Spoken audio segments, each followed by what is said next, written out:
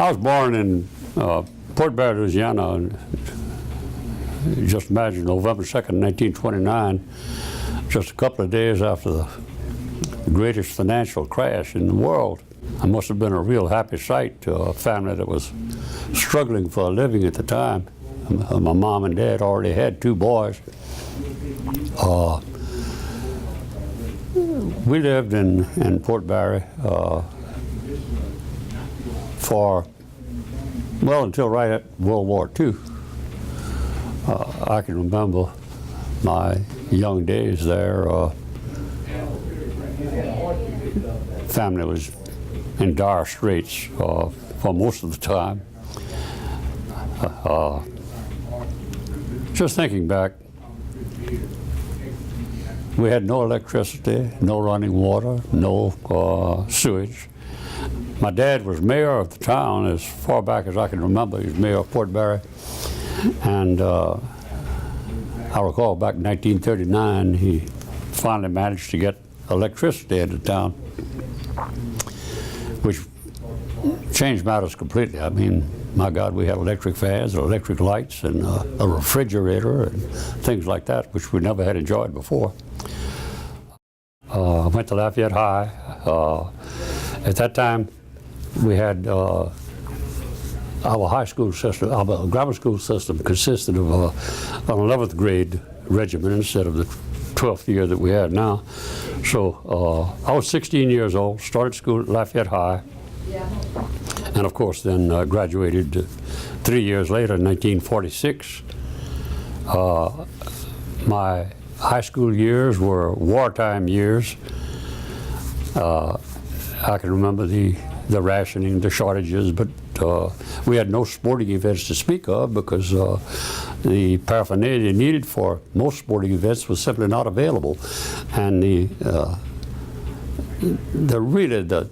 focus of everyone was on getting out of the wars with Germany and Japan. As soon as I was 17 years old, I was determined to get into the military. I did. I enlisted in a program became available in the Army where I could enlist for 18 months. So I did. I enlisted. I got into an infantry outfit, and I served my 18 months in the infantry. I learned that it wasn't a pleasant existence.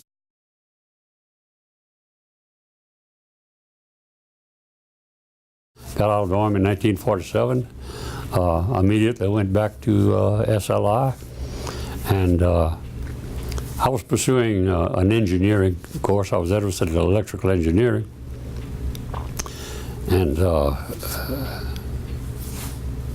while I was there, well, a couple of years later, this Korean situation developed.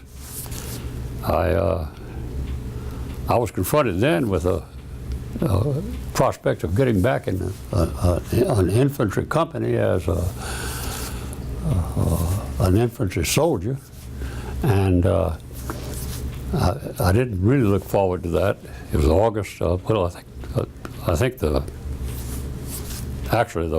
war, the Korean War, started sometime in the spring of 1950. By August of that year, I just decided I needed to make a step. I got an opportunity to get in the Air Force.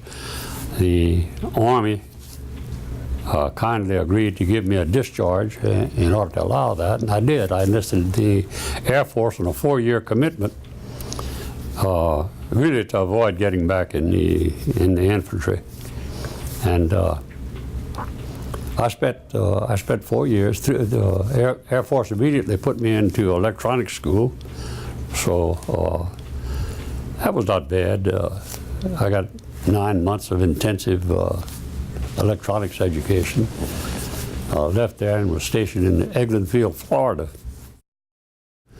Actually, by the time I arrived in Korea, the 5th Air Force had, for whatever reason, assigned me to a unit in Central Korea, taking care of radio and radar systems on F-84 fighter bombers which were being used to bomb North Korea at the time. And when the captain who was flying the first B-26 came over to recruit me, in effect, to get back in the infrared program, I was pretty well entrenched where I was. I was pretty comfortable, and I managed to stay there. I spent my entire year in Korea. I was discharged from the Air Force in August of 1954. At that time, I registered at SLI in September, I think it was, I'm sure. And I began pursuing studies in pre-law. At the same time, I was dating Katie and trying to put together enough hours to make it into law school. I succeeded at both. By May of the next year, Katie and I got married, and I filed an SLI, a transcript from SLI with the LSU Law School, and I got into law school, and we moved into the huts. They had a set of veterans huts on Nicholson Drive, right near the stadium, and we joined with a group of people who became lifelong friends. I had some friends in the law firms around here, and they started giving me little assignments of workers' compensation, curiae cases. You know, the defendants needed a lawyer to represent the plaintiff in workers' comp settlements, and they'd pay me $15 to $25, something like that. And with that and the few adoptions and mortgages and friends' criminal matters, we managed to live until right on through. My friend Jim Curley, he got out of Tulane, and he finally joined me after about 6 months to form the law firm of McBride and Curley. McBride and Curley remained in existence probably for, I don't know, several years, but Curley became interested in politics, and I just didn't gravitate in that direction. I had my own practice. I managed to do reasonably well. Richard wasn't really interested in doing any trial work, so I ended up handling all of his trial matters, which was very beneficial to me. We continued that until, well, in 1966, I think it was July of 1966, one of our neighbors was practicing law right around the corner, and he was killed in an automobile accident on General Mouton drove his vehicle into, apparently had a heart attack and drove his vehicle into Bayou Vermilion. Bill McBride. Bill was no relation of mine, but he had a small practice right around the corner from us. He was working with his partners Norm Foray and Bill Brewster. Well, as I say, that was in July. I believe it was sometime in August. They approached me to join with them to see if they could maintain the heavy trial schedule which Bill had put together. And I looked it over and decided that I wanted to do that, and I did.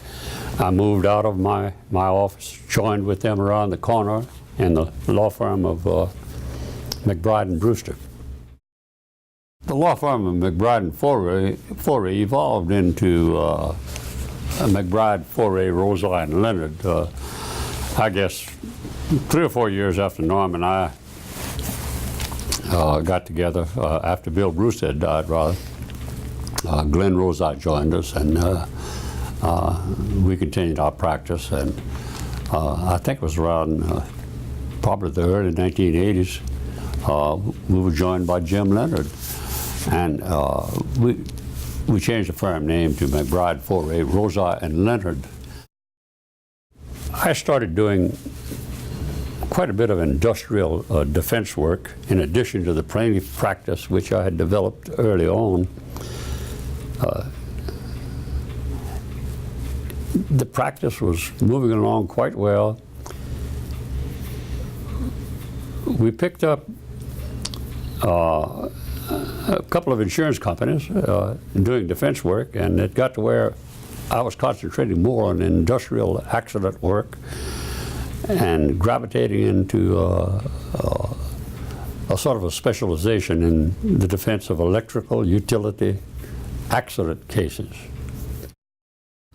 I can remember another occasion. I was in court in St. Martinville, and again we had a packed courtroom. It was a jury trial. Things had been going along for maybe half an hour or so, mid-morning. The judge shut the trial down. At that time in St. Martinville, there was one entire wall of the courtroom had windows, and I think there were shades or something. And he had the bailiff pull the shades up and instructed everybody that a Sputnik was going to pass by, so we were going to watch. We were going to watch Sputnik. So we all lined up at the windows, and here we are, everybody looking out at 10:30 in the morning to watch Sputnik come by. And I don't remember if we saw Sputnik or not, but things went on from there. At some point, Jim Davidson took me out to lunch and invited me to join his firm in an of counsel capacity. I considered it, and I did. At the close of my career, I was practicing in their office of counsel, and I continue of counsel with that firm today, Davidson, Moe, Sonia, and McGilligan. There was no formal retirement from the law for me. I quit looking for any work, and I let it be known that I was available if necessary, that if any of my friends or clients needed legal help, they needed to let me know ahead of time, and they needed to know that if the fishing got good, things would have to be delayed possibly, and that's the way I've done it. I don't know that I even want to take anything on when the fishing's bad right now, but that's what I fish and hunt, and Katie and I travel. From my point of view, if I can be remembered just as a rather interesting person whose people might have enjoyed being around, whose family realizes that it was a good run, and I hope it continues to be a pretty good run.